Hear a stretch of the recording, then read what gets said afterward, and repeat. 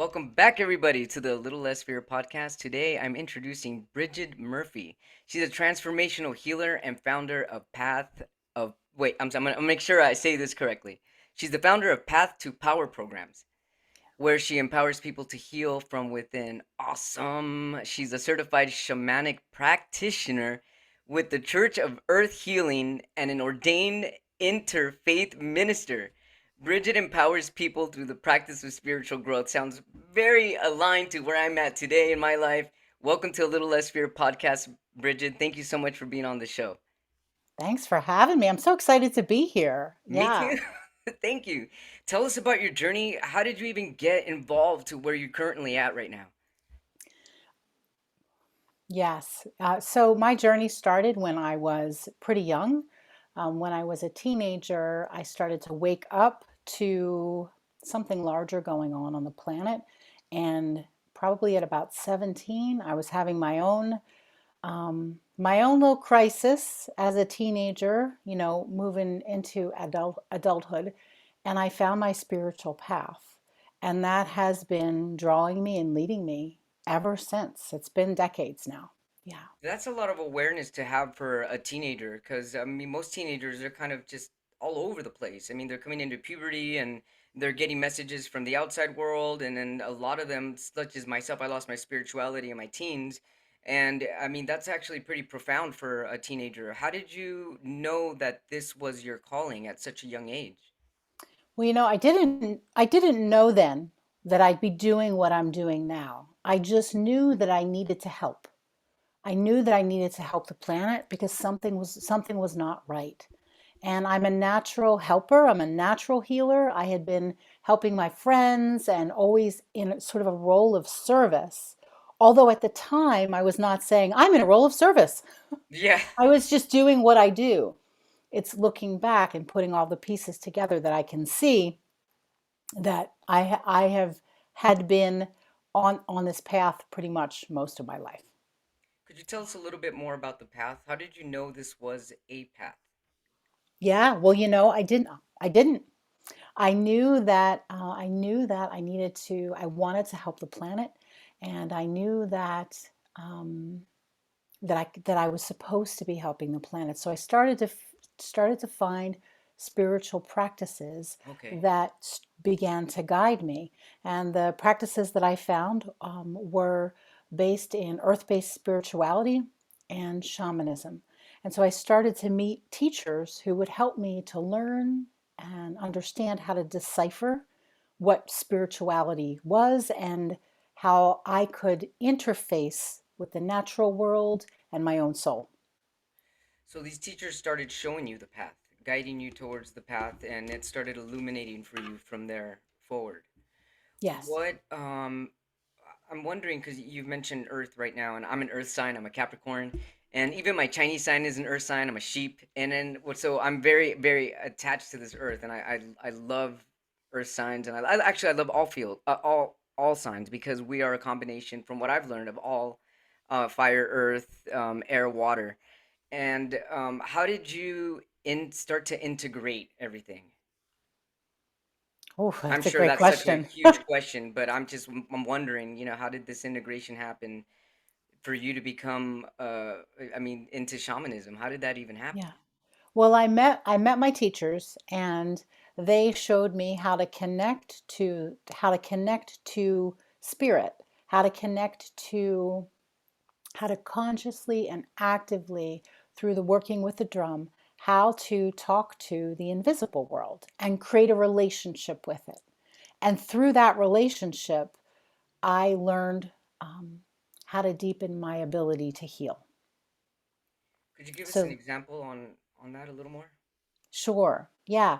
So through working with the drum and learning how to move into a slightly altered state, I learned how to communicate with the spiritual help that's available when we go beyond, the waking face, the waking situation.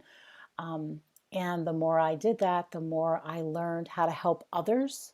And the more I helped others, the more I was drawn into larger spaces where I could be of service. Wow. So could you give us an example on how you've helped? somebody specifically. Actually, tell us the story about the first person that you helped and you realized this is incredible. I can keep doing this. Okay. Ooh, let me track this back. Oh, wow. The first, oh What's the gosh, first one that came to yeah. your head? How about that The one? first one that came to my head Yeah. was I was doing a healing session. This was even before I was fully trained for a friend of mine. And what I was shown through the journey that I had was that there was an energy in her field that was destructive and intrusive. And I was shown how to remove that energy from her. And when I removed that energy from her, and it's always with the help of our guides, we as humans are not doing the work, it's in conjunction with like a bigger um, guiding force. When I removed that energy and started to tell her about it, she described to me her experience with that energy when we Wow. neither one of us had had a prior conversation.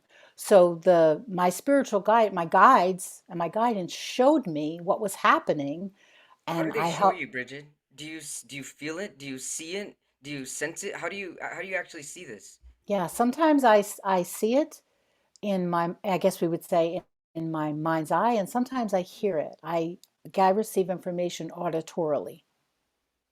That makes sense. Yes. Yeah. And so it was a moment where, wow, I just had this powerful experience, and she just completely validated what I saw. And there's no way in this physical world that we had that conversation. Wow. And that's when I knew, wow, I really have an opportunity here to help people. How do you decipher your own voice versus the voices from the unseen? Yeah, I'm sure you probably my get this own. question a lot, huh? No, I don't actually. Really? Oh, My okay. my own voice makes a lot of noise. The voices from the spirits or the unseen world are more direct, and they come in with there's a different angle, a different point of view that they have that is not mine. Yeah. Like a So, different tone. yeah, we could say that, a different tone. It's a different Okay. energy and a different way of, I get a different way of looking at things when I communicate in those realms because I'm communicating with an energy that has a different point of view than my little ego. That's really interesting you say it that way than my little ego because it's usually our ego that I have found for myself at least that interrupts the higher self from coming through. Do you find that to be true as well? Sometimes it does. Hmm. Sometimes it does, and it's almost, I guess, like our worry and our fear thoughts, our self-doubt, our old baggage and crap like that, that interferes with receiving information from our soul or from our higher guidance. And so, yeah, I guess that would fall under the category of ego. Right. And so then how was your friend healed after this realization that the both of you had with each other? Well, she was no longer the heavy intrusive energy that she had been experiencing beforehand was no longer there. She could feel Wow. that it was no longer there, She and could feel that she weight was. Hmm. off of Yeah, her. Wow, that's yeah, amazing. yeah. So when did you realize like, wow, you know what? I got to make this into my practice. I need to go further. I need to make this my career. How did this happen? How did that happen to you?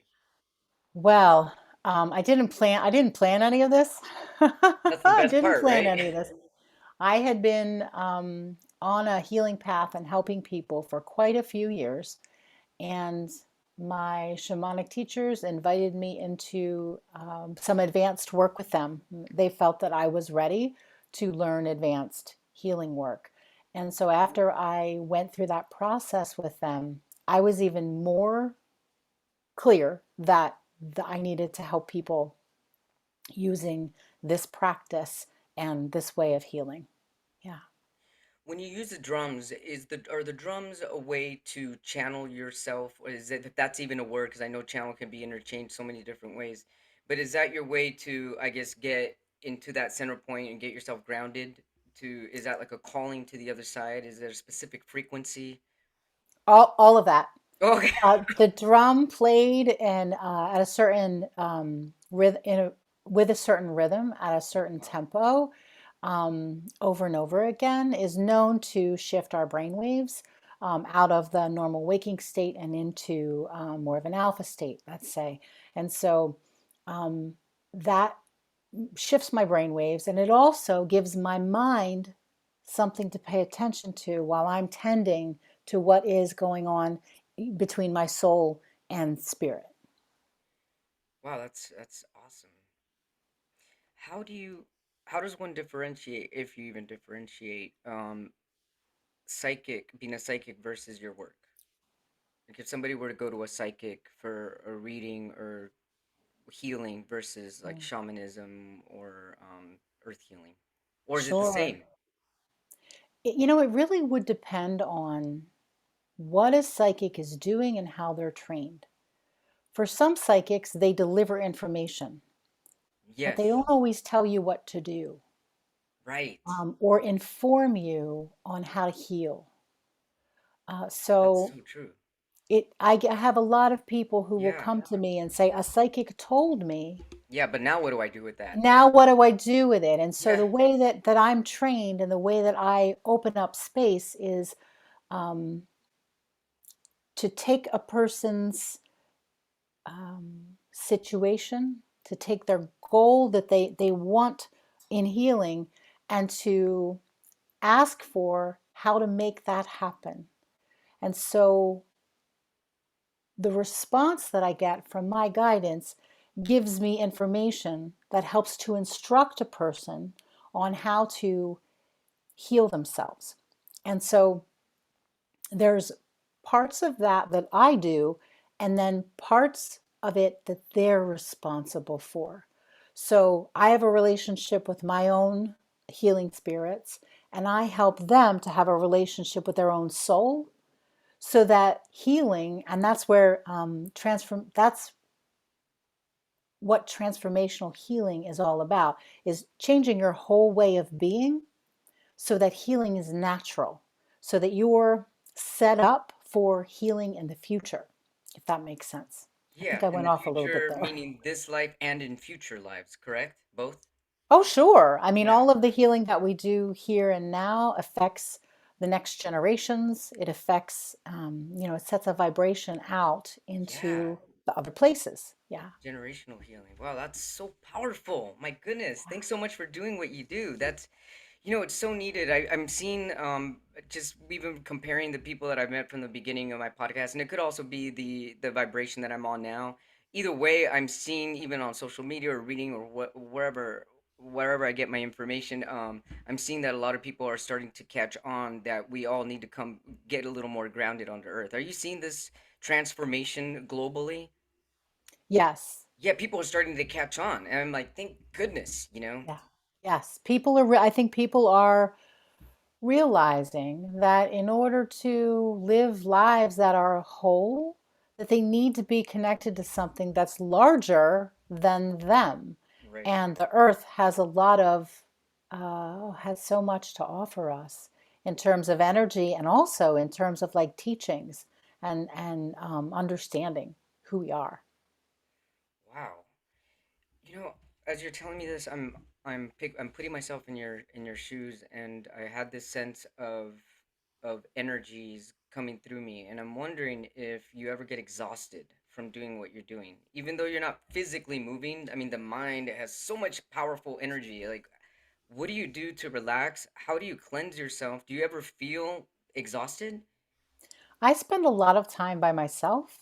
It's the nature of the nature of who I am and the work that I do requires that I'm fully present with my people or the groups that I'm leading, and that does take a lot of energy. So I refresh myself by spending time alone.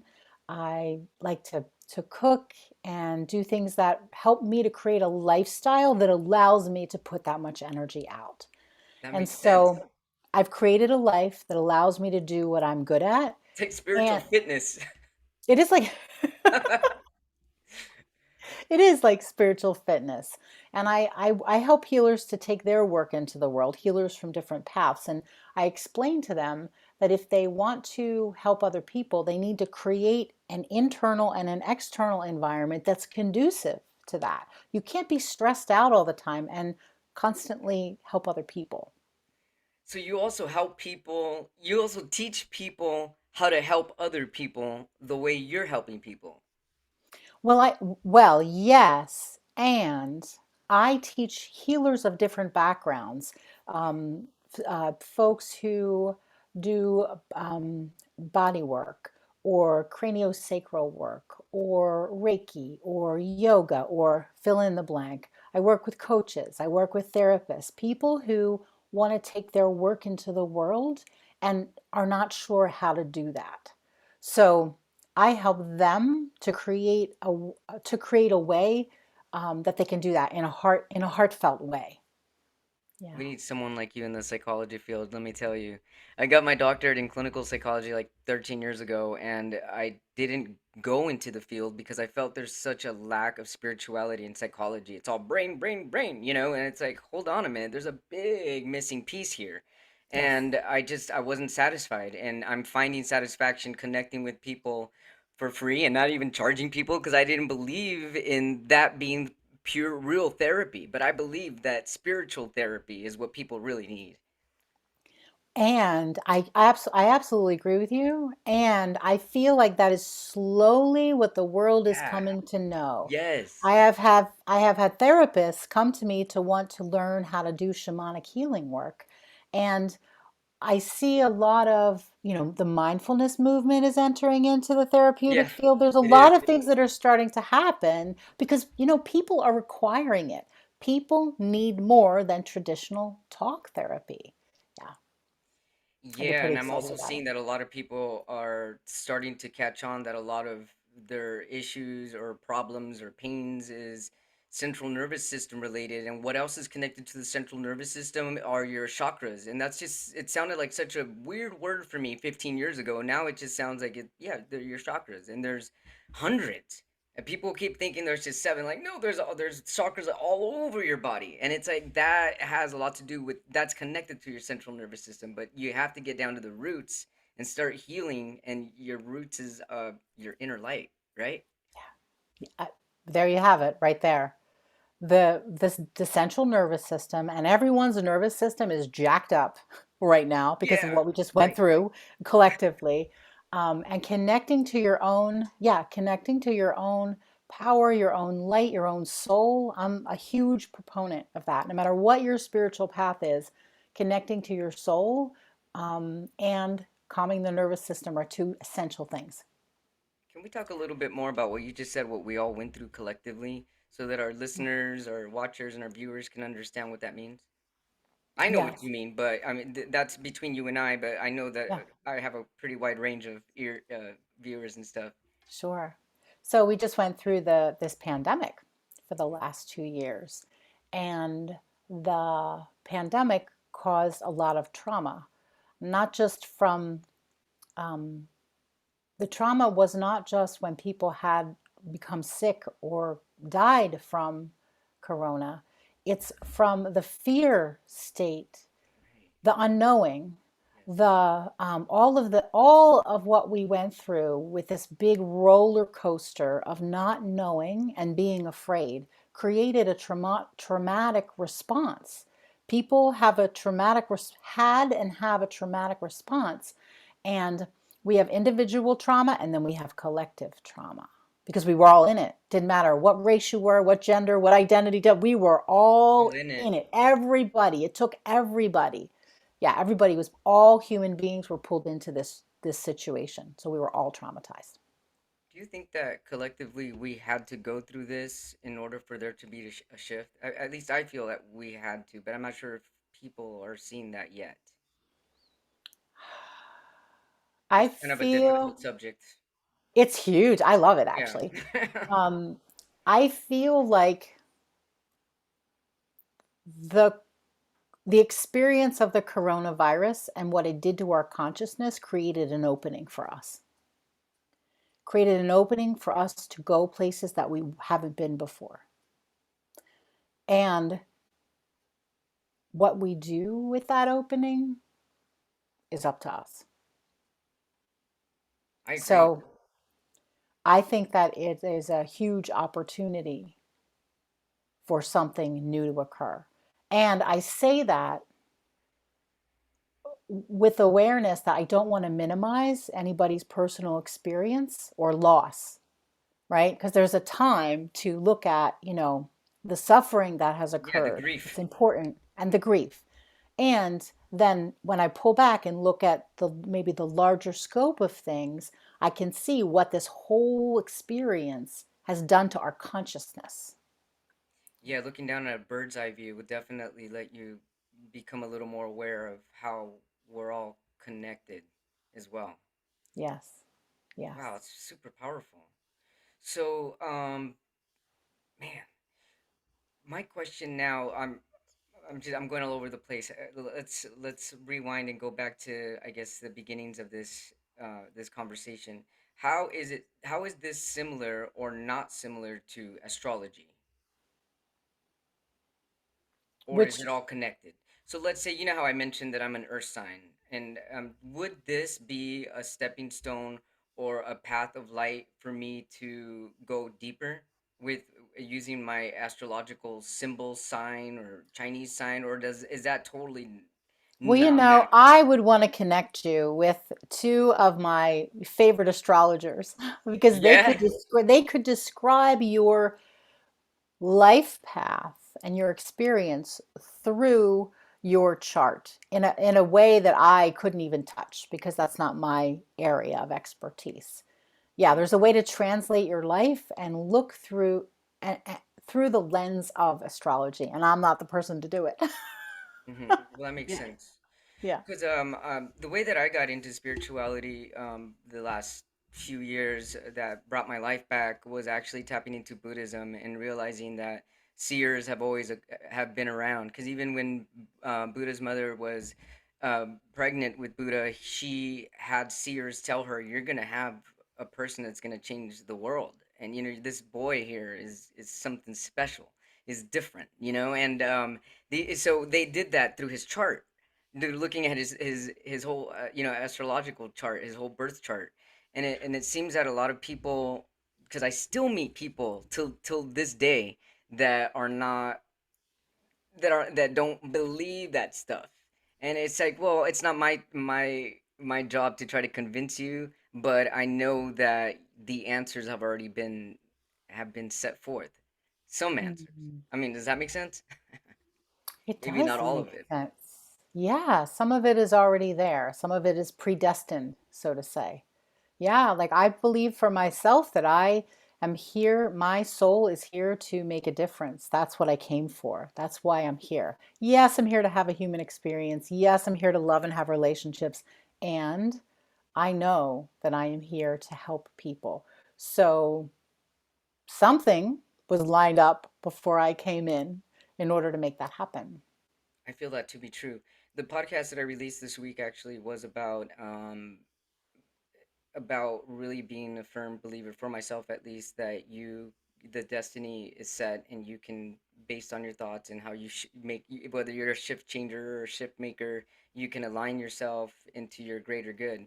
Do you feel that this is your alignment for the rest of your life, or do you think that you're going to have other calling, or do you not even think that way and just allow the path to show itself? The path shows itself. I am absolutely here for service. The way that I serve continues to evolve. So I don't know exactly what it'll look like Mm-hmm. 10 years from now. I know that the threads of everything that I have done and I'm doing now will be woven into what's happening 10 years from now. That's incredible. Bridget, I can't believe our time's up because I feel like I can keep going. I feel like I can keep going. What? How can our viewers, our watchers, and our supporters, fans find you? Sure. I'm on Instagram and Facebook and YouTube under my name, Bridget Murphy. And If Bridget anybody, Murphy, everybody, it's Brighidmurphy. that's correct. So at Yes. Bridget Murphy, that's your tagline, or how do you say that? How do you even say That's that? my I guess my handle. It's the Oh, your name that handle. That's the word. Yeah, that's your right. handle on Instagram. Yeah, I'm gonna definitely start following you right after this. And then Twitter as well. Do you have a Twitter? I don't have Twitter actually. And I've what got do you have a YouTube. website? I do. It's bridgetmurphy.com. Oh, it's all Bridget Murphy, and same with Yeah. your YouTube, Same with the YouTube. Well, actually, YouTube is Bridget Murphy Healing. It'll Bridget come up. Murphy It'll Healing. come up. Okay, great. Yes. And so, what's one thing you want people to know? What's the one message that you want to leave out there? The biggest thing that's from your heart. The biggest thing that's from my heart is that everyone has the ability to connect with their soul. And when you connect with your soul, you can get all the answers that you need. Very beautiful and very well said, and I agree with you 100%. Bridget Murphy, everybody, incredible shamanic practitioner with the Church of Earth Healing, ordained interfaith minister. Thank you so much for being on a Little Less Fear podcast, and I look forward to staying connected with you. I feel the same way, Lino. Thank you. Thank you, Bridget.